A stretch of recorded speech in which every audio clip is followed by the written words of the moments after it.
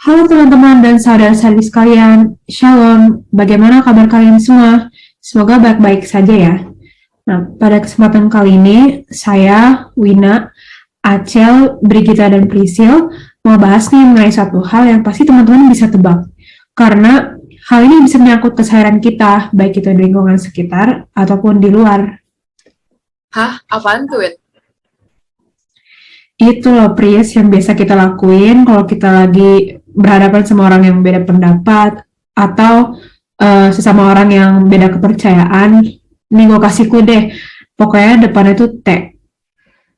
Hah, depannya T. Fluorasin. Bukan, Pris. Nah, terus apaan? Toleransi. Oh, alah. Iya, jadi tema podcast kita hari ini, kita tuh bakal bahas seputar nilai hidup dan ajaran penting dalam agama Katolik, yaitu Nostra Aetate atau mudahnya toleransi. Nah, Nostra Aetate adalah nilai penting dalam ajaran Katolik karena merupakan satu pernyataan penting yang menjelaskan mengenai hubungan gereja dengan agama-agama di luar Katolik. Nah, pernyataan ini menjadi satu dokumen dari Konsili Vatikan Kedua dan telah disetujui secara resmi oleh para uskup. Misi penting dari pernyataan ini yaitu mengembangkan kesatuan dan cinta kasih antara manusia, bahkan antar bangsa. Di sini, gereja juga mempertimbangkan manakah hal-hal yang pada umumnya itu terdapat pada manusia, dan apa aja sih yang mendorong sesama untuk bersama-sama menghadapi situasi sekarang secara solid. Nah, selanjutnya kita akan menggali lebih dalam bentuk toleransi seperti apa yang dapat kita lihat dalam bangsa sendiri. Karena pastinya konteks toleransi selalu ada, baik itu kasus yang positif dan negatif. Nah, kali ini aku bakal bahas nih mengenai kasus yang positif. Tentunya kan di Indonesia sendiri ini udah banyak ya kasus toleransi. Dan bukan hanya di Indonesia, tapi juga dunia. Nah, aku bakal bahas salah satu kasus yaitu di mana ada puluhan pemuda dan mahasiswa Kristen Gereja Kota Makassar di Indonesia membantu berjaga jemaah. Nah, selain itu mereka juga membantu membersihkan sampah jemaah yang baru saja melaksanakan sholat Id. Sholat Id ini sendiri itu merupakan ibadah sholat yang wajib dilakukan di setiap Idul Fitri dan Idul Adha. Tentunya sholat Id ini hukumnya sunnah. Nah, dalam kasus ini kita dapat telisik lebih jauh kalau misalnya terdapat nilai toleransi yang dimana bisa dilihat dari puluhan pemuda dan mahasiswa Kristen gereja berjaga saat sholat Id.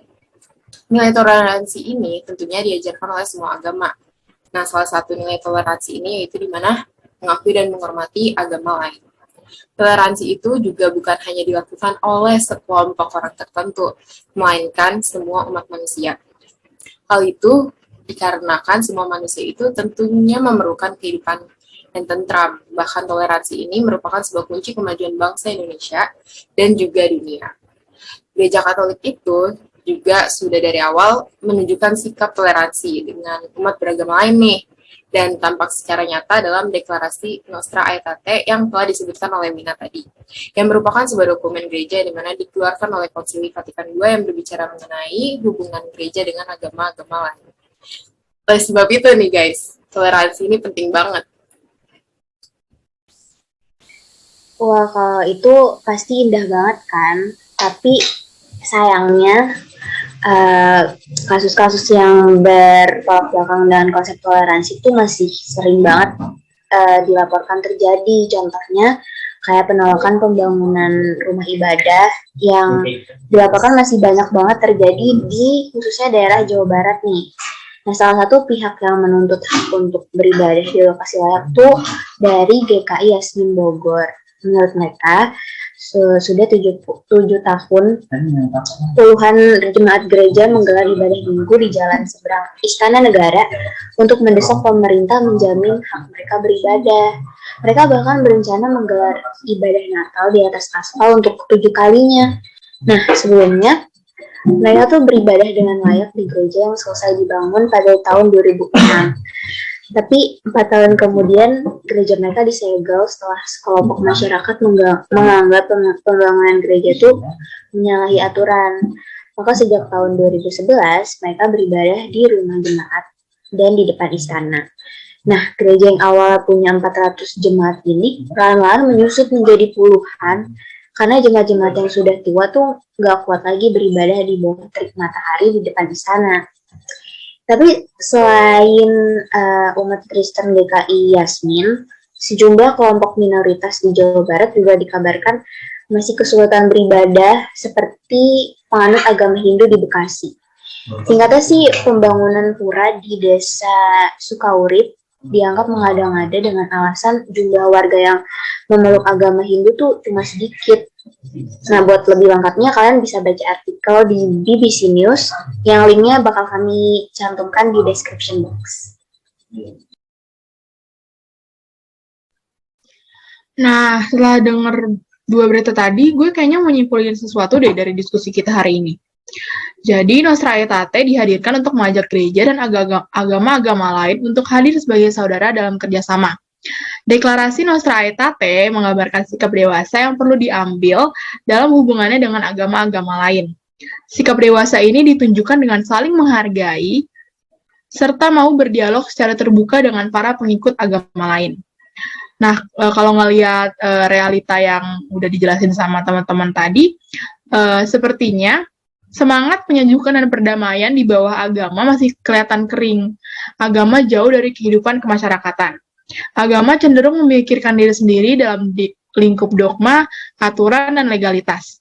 Agama belum mampu melihat realitas masyarakat yang mengalami penindasan, pemerkosaan, dan penderitaan kaum tertindas. Oleh sebab itu guys, adanya deklarasi Nostra Aetate ini mengingatkan kita untuk terus bersikap toleransi. Tapi apa aja sih Bri yang harus kita lakukan buat menumbuhkan sikap toleransi itu? Kalau itu sih gampang, Cel. Beberapa contohnya nih, kita bisa saling menghargai, kita bisa ngasih ruang bagi agama lain untuk melakukan kegiatan keagamaan mereka. Kita juga bisa saling menjaga ketertiban kalau ada kegiatan besar keagamaan, baik dari agama kita sendiri maupun agama-agama lain. Hal-hal kecil kayak gini udah termasuk dalam sikap toleransi loh sebenarnya. Nah, kayaknya sampai sini dulu deh guys pembahasan kita tentang toleransi. Ingat apa yang tertulis di Yohanes ayat bab 13 ayat 34, yaitu, aku memberikan perintah baru kepada kamu, yaitu supaya kamu saling mengasihi. Sama seperti aku telah mengasihi kamu, demikian pula kamu harus saling mengasihi. Segitu dulu dari kita, sampai ketemu di lain kesempatan.